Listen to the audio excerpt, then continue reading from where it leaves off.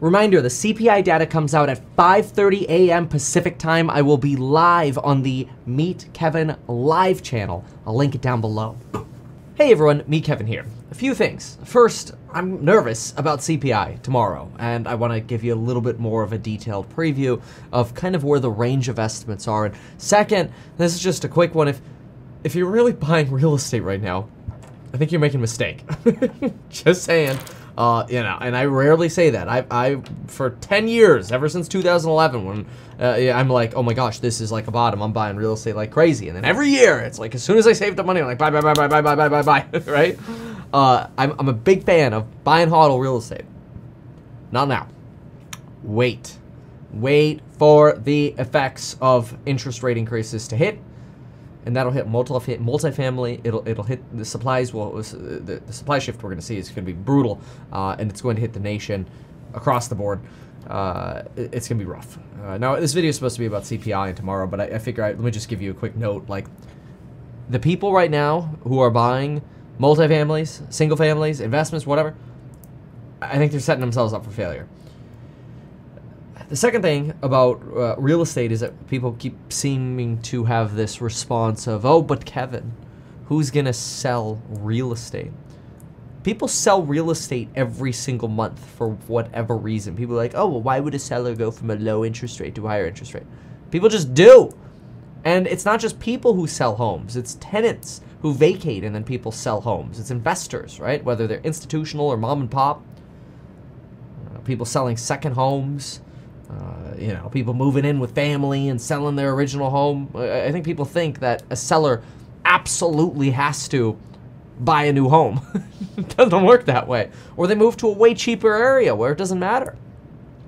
So I think people who are really so full of hopium are going to be sorely surprised. But anyway, so CPI and the stock market. I'm a little nervous about CPI data tomorrow because I really do believe we have rubber banded below the 0% on the Fibonacci for the QQQ solely out of CPI fears, not out of fundamentals. We should not be below the 0%. We should be way up above the 0% line. And so the estimates tomorrow are going to be really critical for determining how we invest going forward. Because if you know, we're expecting CPI to come in low tomorrow. And if it shocks to the upside, it tells us that we still don't have a grip on how to actually measure price changes post-pandemic. That would be terrible. The estimates should be relatively close. When we first started getting inflation, it made sense. You know, when we first started hitting these crazy inflationary numbers, it made sense that when we had a CPI estimate, let's just say we had a CPI estimate on the monthly, month over month of, I don't know, 0.4%, right? When we first started getting these results, and then, most of the estimates were here, this is your consensus, and you had some people at like 0.5, 0.3 or whatever, and then we get something like 0.9, right? Or 1 or something crazy like that. When we get a miss like that, it just means, oh my gosh, people are getting rug pulled. We're getting something that we're not expecting, right? The reason tomorrow is so important is because we're going to get two things. Number one, not only are we going to get confirmation that maybe core inflation is actually continuing its decline, which would now be 2 to 3 months in a row of core CPI decline, but it'll also be very important for giving the world confidence that our estimates can actually function again, that we can get back to some semblance of normalcy. And when estimates work, we have less uncertainty in the marketplace. So we get two things ideally tomorrow. One, certainty that estimates are not just blatant failures all over again. And number two, we actually get CPI data that confirms we have peaked on inflation and we start rotating down. I am hopeful. You know, Jerome Powell and the Fed have suggested, hey, it looks like we may have peaked, but we won't know with certainty basically until June, July, August. We're tired of waiting for inflation to go down. Best case scenario for these markets is we get green or a good hit tomorrow, and we could go back to having some semblance of normalcy in the stock market. That doesn't necessarily mean we're not in a recession. I think we're in a recession. It doesn't necessarily mean that we're going to go to all-time new highs. I think that would be terrible. I would sell everything if we went to all-time new highs.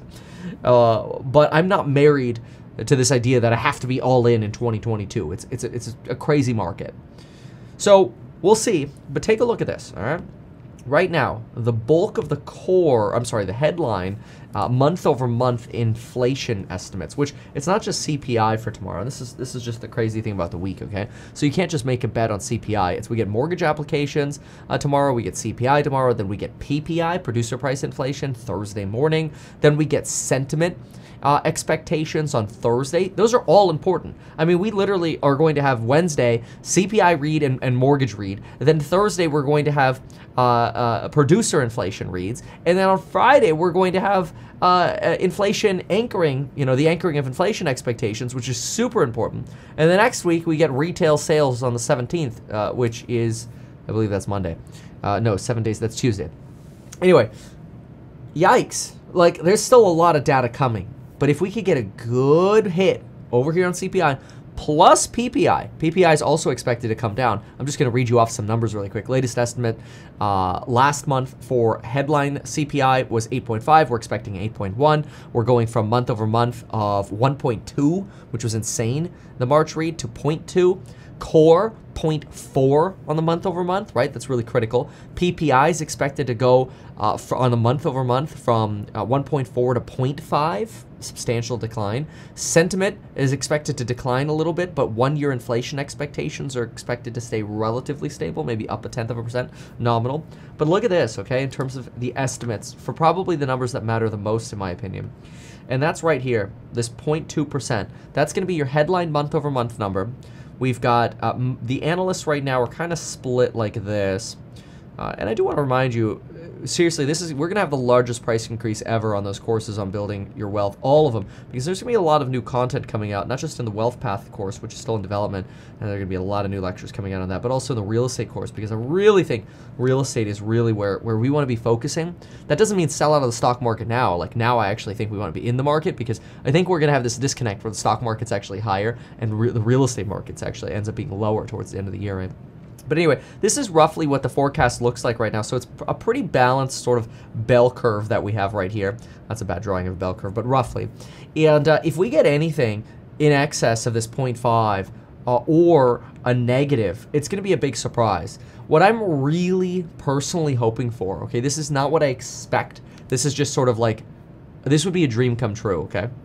We get headline inflation on the month over month. That's your annualized pace. You just take this number and multiply it by 12, right? So if we get that 2.2 hit, what is that? That's 2.4, right? Now, my dream on this would be that we get a negative read, but the problem with a negative read here is, again, it would be a sign that why are the forecasters wrong? Like, now, I'd rather the forecasters be wrong to the downside, right? That would be better. We want the forecasters to be good and accurate because we create certainty.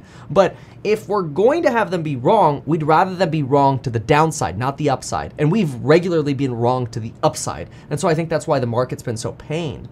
If we go to the core, which strips out the volatile food and energy categories, this is what the chart looks like here. And same thing here. We want to see that consensus ends up being correct, something between 0.4, 0.5. If we end up getting a negative, oh gosh, would absolutely be beautiful. So very optimistic for that, and I do think that we're going to have a continued slide of essentially disinflation over the next 6 to 12 months here. It's going to take a while for prices to get all the way back down, but who knows, when we get into 2023 and we start lapping year over year, you might actually end up getting negative reads much more consistently, even on that year-over-year figure, which then it's like, wait a minute, are you serious? How do we go from 8.5% inflation to certainly disinflation, which is 6%, 5%, 4%, and then eventually you're going to get some negative reads, and it'll be quite glorious for markets, because I really do believe that our economy is quite strong.